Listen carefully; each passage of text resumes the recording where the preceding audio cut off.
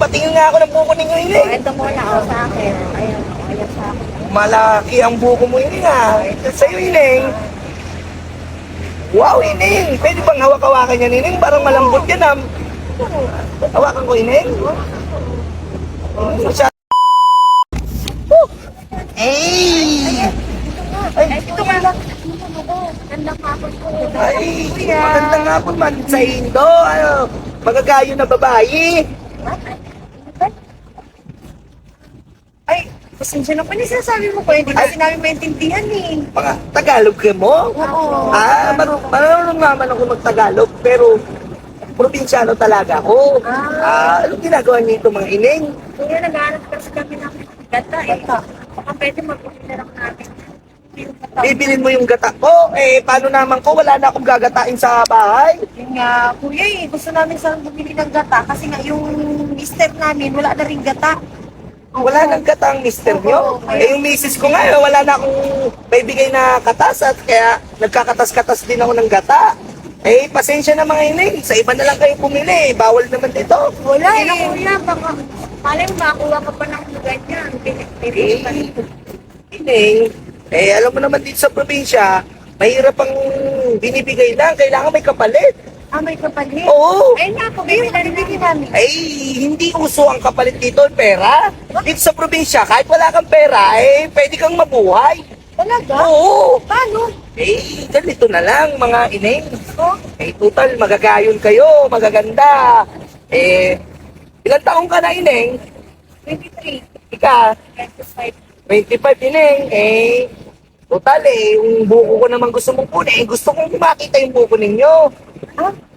Ayun lang pala, hindi mo agad Oo, sinabi. di mo agad sinabi. Papayag kayo, mga Ining? Oo naman, kaya sinabi yung buko namin.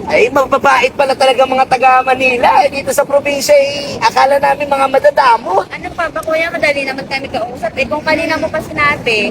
Sige, Ining, patingin nga ako ng buko ninyo, Ining. Ito muna, sa akin. Ayan, ayan sa akin. Malaki ang buko mo, Ining, ha. Ito sa'yo, Ining. Wow, Ining. Pwede bang hawak-hawakan yan, Ining? Parang malambot yan, ha. Hawakan ko, Ining. Masyadong sa'yo pwedeng hawakan. Ito, parang yung mabuhok ang buko mo, Ining. Pero, Ining, pasensya na, ang mahal ng buko ngayon, Ining. Kulang pa, Ining, ang pagpapakita mo sa akin. Kuya, pinakita na namin eh. Paano yun? Ining, Buko sa buko. ang dito, hindi uso ang pera. Kaya mo mabuhay nang wala kang pera. Dito, Ining, kailangan meron palit. Ganun dito sa probinsya, kailangan magpapalit. Ganito. So, bibigyan mo kami buko, pinakita namin yung buko mo, ayaw mo pa. Gusto ko, Ining, palitan mo ng panty. Ha?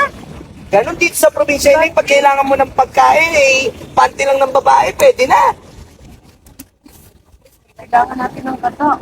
Sige, sige, kuya. Sige, panty lang pa na eh. Panty lang pa Talagang mababango ang mga panty ng taga Manila.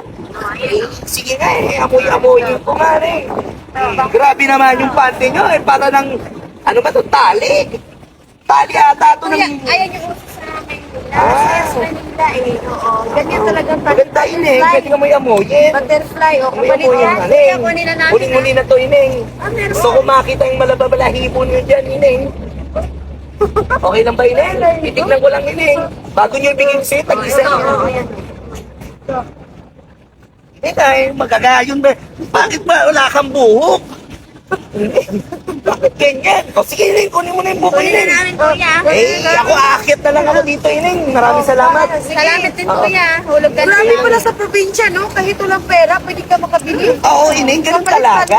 Sige na, Ining, alis na kayo. Sunod, pagdala tayo maraming panty. Oo. Kuya, salamat na. Ingat kayo, Ining. Salamat po, oo. Nadali ko yung may panty, mababango.